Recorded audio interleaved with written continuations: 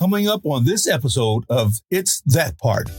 What's that all about? Well, you say, oh, well, that's part of the presidential authority and that's part of our Constitution. But yes, but how is it being implemented? If you're only implementing it against minorities, if that's the primary objective, you use it for a certain underlying purpose, shall we say. Right, hidden agendas. Yeah, that's the word I was looking for. Hidden agenda. What's going on there?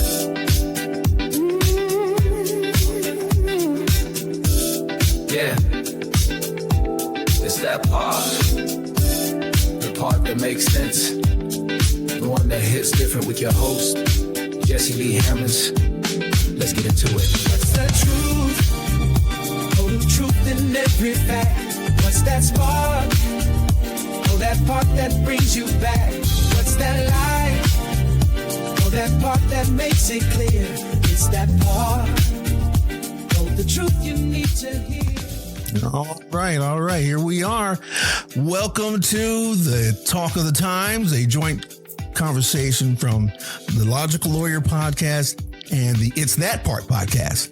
I'm Jesse Lee Hammonds here with the co-host, the often imitated but never duplicated attorney Bernie Brown. All right. That's right. And today, go ahead, Bernie. Oh, I'm just saying, how you doing today? Man, I'm blessed nevertheless, in spite of all the rest. You know I do it. All right. Today we're talking about something every voter, at least we believe that every voter has experienced. Yes. That's the campaign promise. Oh, the big man. speech. Yes. The bold claim. The elect me and I'll fix it moment. Yeah, right. But you know something, Bernie? Here's where we want to slow the conversation down, at least for a little bit here. When a politician makes a promise, are they lying? Are they hopeful? Are they manipulating? Are they oversimplifying? Oh, man. Or are they stepping into a system that is much harder to govern than it is to campaign against? Because it's one thing to run for office, and it's another thing to govern inside the machinery of law, money, courts, Congress, bureaucracy, public opinion, party pressure, donors, media narratives, and world events. Oh, man. And that's where the Logical Lawyer podcast and the It's That Part podcast comes in, with truth in every fact and getting to the crux of the matter. Well, Bernie. The elections are coming. The elections are coming. Remember that old saying, the British are coming. The British are coming. The elections are coming. And then these guys they're already running all these ads and debates are starting and I'm getting flyers and all this kind of stuff. And there's all these promises and all of this. But you know what? What? We gotta get it right. We gotta make the right decisions, man. Can we? I hope so. We've been getting duped so many times. I mean, voting on emotions and passions and biases, and we cannot make bad decisions, because we've seen what happens when we make bad decisions. That's right. War, inflation, crime, division, isolation. I mean, taxation. I mean, it goes on and on. Without representation. There we go. So we got to get this right. We have to get it right. And you know what happened to me a while back? I may have mentioned this to you before. Okay. When I first started with the city attorney's office, the city attorney asked me to go along with him when he was campaigning. So we had an evening where he said, well, I've got about 4 or 5 different stops today, and I want you to come along with me. And so I went along with him, and we went to one group, and I watched him tell them one thing, and we went to the next group, and I watched him tell them something else, and we went to the next group. And you know what? I didn't want him to be a politician, but after that, I'm like, no way, I can't do this. Now, what did he say? Knowing that he was saying something different depending on the group, what was he saying to you after he'd finished? Oh, we didn't even go through that. There was no analysis. It was just me. I was just observing and watching how, one group, let's say it's a more conservative group, it was a certain presentation. And then the next group, maybe a little more liberal type group, a different type of slant, a different type of presentation, a different type of orientation. I mean, so he was speaking to the audience, whatever it was. Okay. And you know what it comes down to? Tell them what they want to hear. That is true. That is true. You know something? Based on some information, the information that you had shared with me earlier, I took a look at something that PolitiFact I had put out. And PolitiFact, they have these promise trackers, and so it's a helpful way of looking at something in a nonpartisan type of way, so to speak. Wonderful. So, and I'll do this quickly. There's their Biden promise tracker. Yes. Monitor 99 major Biden campaign promises and rated 33 kept, 32 compromises, and we'll deal with that word compromise here in a minute. 32 compromises and 34 broken. Now, their Trump first term tracker monitor is the first term. I haven't even drilled down on the second term or anything like that, because they threw out the bathwater and everything on that. But this tracker monitor 102 Trump 2016 promises, rating 24 kept, 23 compromises, and 55 broken. Now, the Obama meter. People like making words, new words out of Obama's last name. Obama meter. He needs to trademark some of these things there, so he can get paid for these people trying to be, sly or slanderous or whatever. But their Obama meter rated 255 Obama promises kept. Kept. Right. 146 compromises and 125 broken.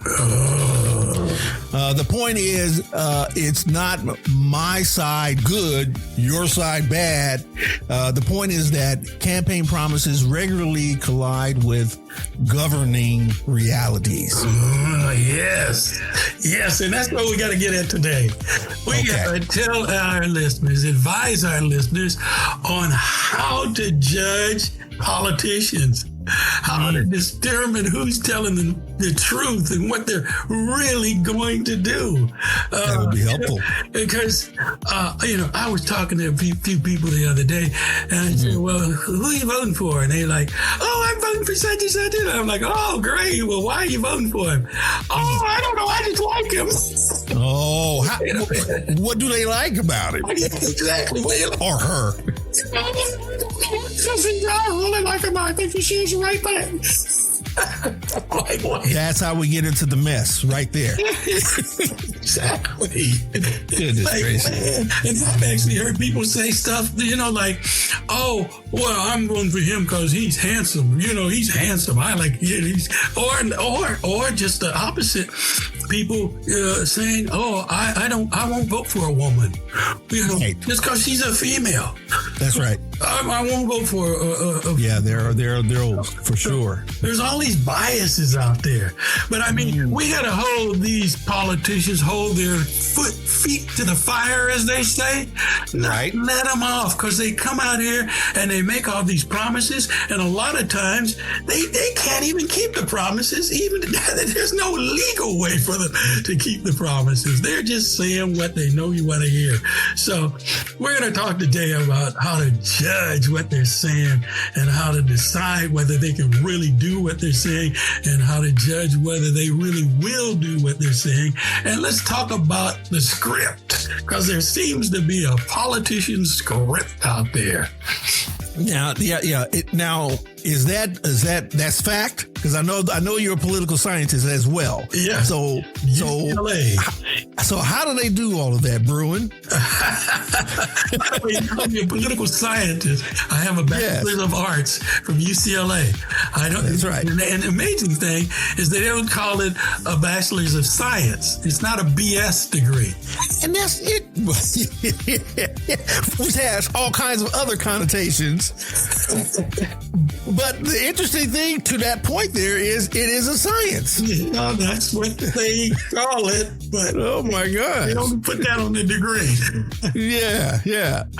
But I mean, it's just let's just start talking about the promises that virtually all politicians make, and whether they can actually live up to.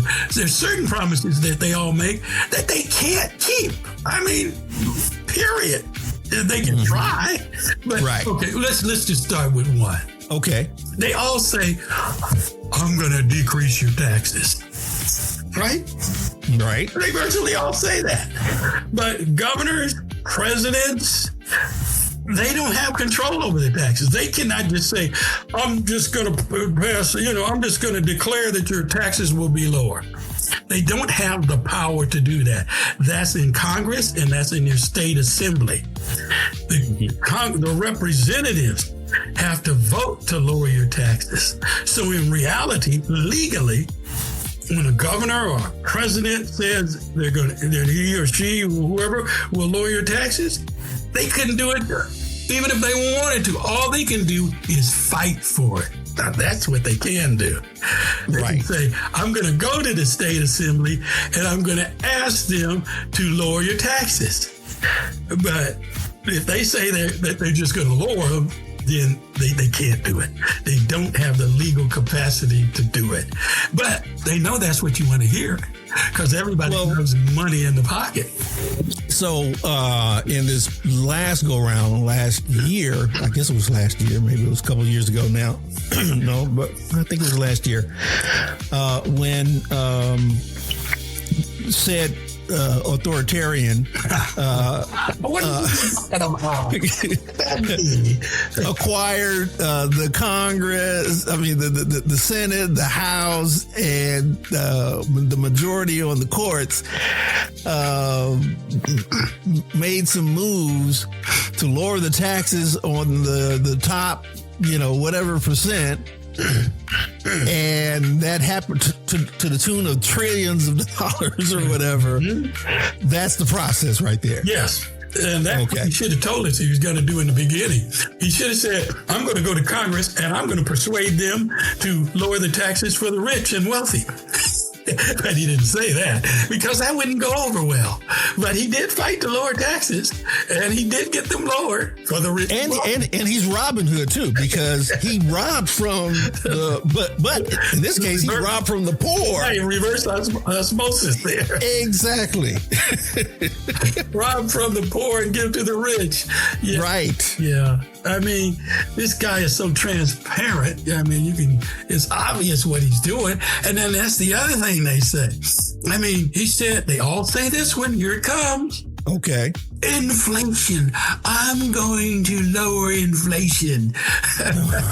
Boy. That's a major campaign promise that virtually all of them make and virtually none of them keep. And part of that is because they don't have the power to keep it. Right. Presidents, but I do believe that if presidents could just wave a magic wand and lower prices, they would do it. but they can't. The prices are driven by private industry. I was getting ready to say that's market driven. Yes. So, But there is a said authoritarian that said he was going to do that on day one. oh, yes, an authoritarian said that. Yeah. The same one that said he would end the war. He would end the war within 24 hours. So if this person is an authoritarian, then that suggests that based on his authority, that he can just make anything. Yeah, well, he's an authoritarian operating within a democracy. Right. Thank God. It technically has some limitations.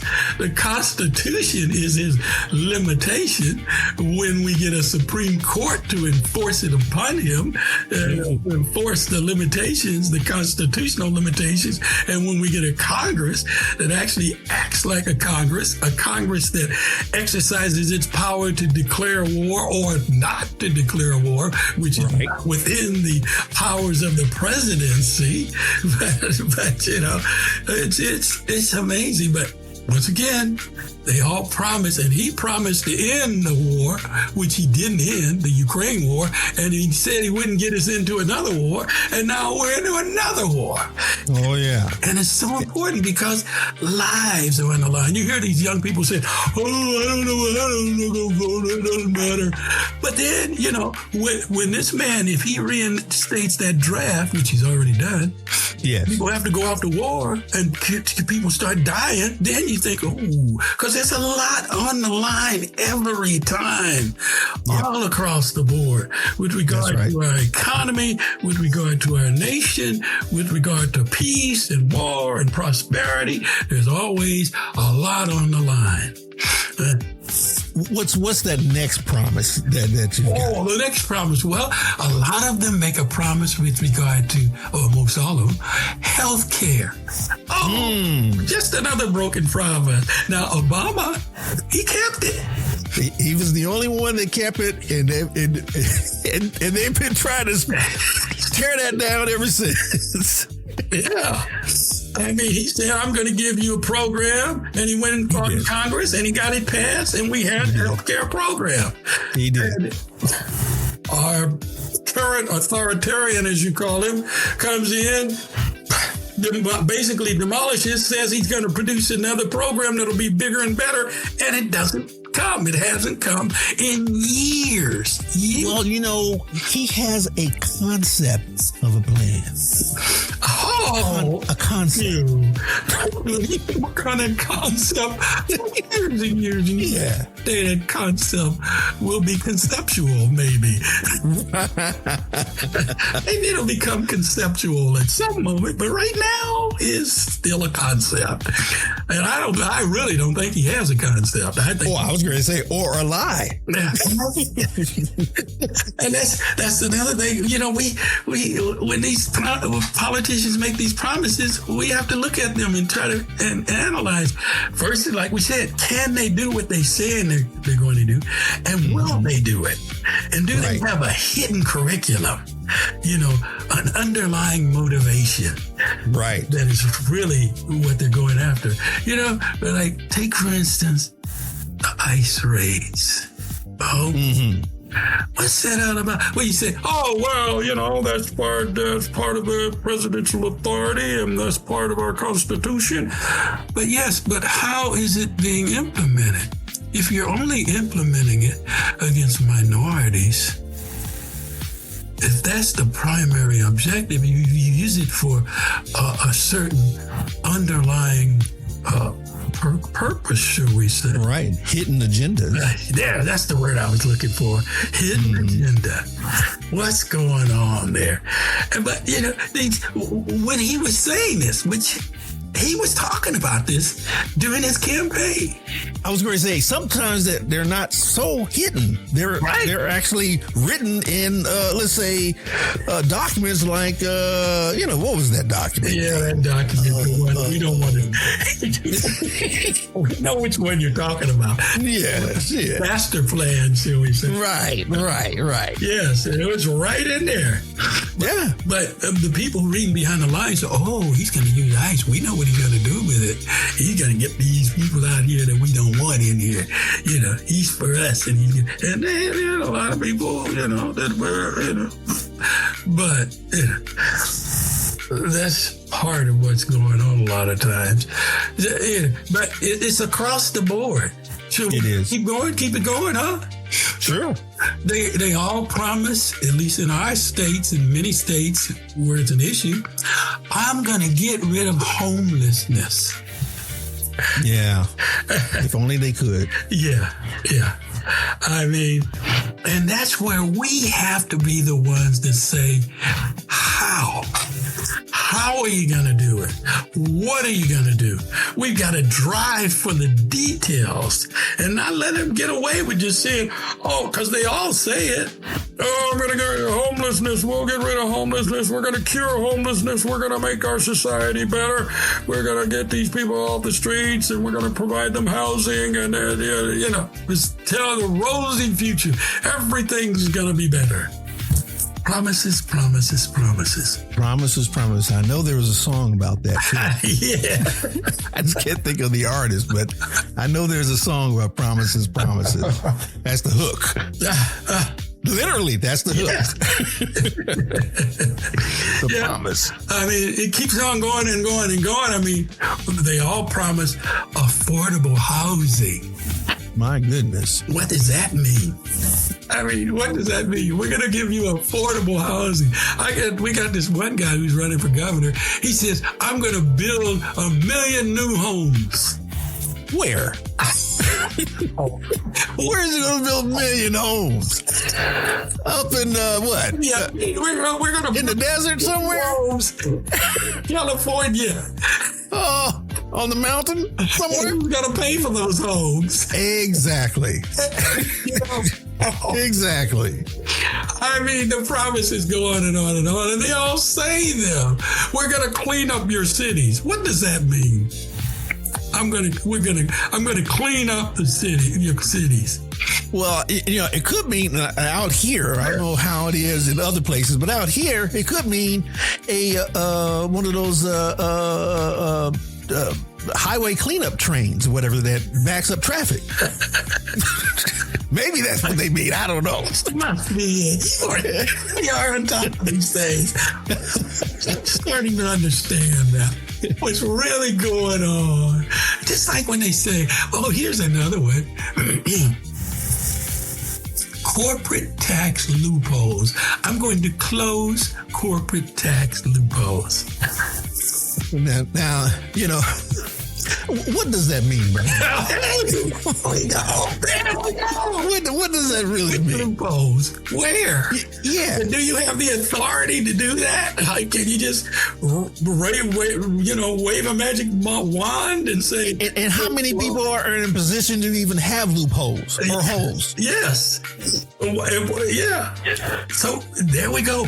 We're asking the tough questions now, and we cannot let these politicians off easy. No, we cannot. We cannot. Details. Don't let them dodge the question too. That's so many times you're sitting there and you're watching them in a debate or you're watching them in a campaign and they're asked a question and they never answer the question. Yeah, I think, along those lines there, this is just a thought. Before a person believes a political promise, perhaps they should ask, at least 5 questions. There's probably more, nuances and everything, but one could possibly be, what power does this office actually have? There we go. To one of your points. Yes. And then another one is what law has to change in order for that promise to go into effect. Yes. And then who has the vote for it? Wow. Who has the vote for it? Well, first of all, people have to vote. To those people, shout out to those people that say that they don't have to vote, their vote doesn't count, et cetera, et cetera. And then, okay, here's a good one here. Who pays for it? Oh, yes, we're going to clean up the homeless, but who's going to pay for it? Who's going to pay for Out that? of our tax money. And then on the flip side of that, who benefits if I believe this promise is without, checking it? Yes. Who benefits from that? Yeah, I mean, we go back to the homeless thing. Okay. I mean, there's a simple, easy way to get rid of homelessness. Give everybody a home. But who's going to pay for it? Well, I mean, the guy's going to come up with 1 million homes. Who's going to pay for that? Are they going to tax us more? We're already taxed. They're just going to take health care all the way away and then take away Social Security as well and then put them in homes. There we go. That wasn't a promise, though. Yeah, you're starting to sound like you could be. But yeah. There's so many promises. Check out the one. Oh, because I was looking at a flyer I just got. And they got, okay, I'm going to ban corporate PAC money. The big corporations that donate to campaigns. Now, wait a minute now. How do they think they're going to do that? Supreme Court said you can't do it, period. So right. It's already they're just making a promise that's hollow that they can't keep. That's it. If this episode gave you something to think about, share it. Talk about it. And if you've got further questions, get in touch at contact us at itsthatpart.com. That's contact us at itsthatpart.com. And you've got it. So until the next episode, be aware and stay awake. It's That Part. What's the truth? What's the truth? Truth in every fact. What's that spark? That part that brings you back. What's that light? What's that light? Oh, that part that makes it clear. It's that part. The truth you need to hear. Truth in every fact. Truth in every fact. That part, that spark.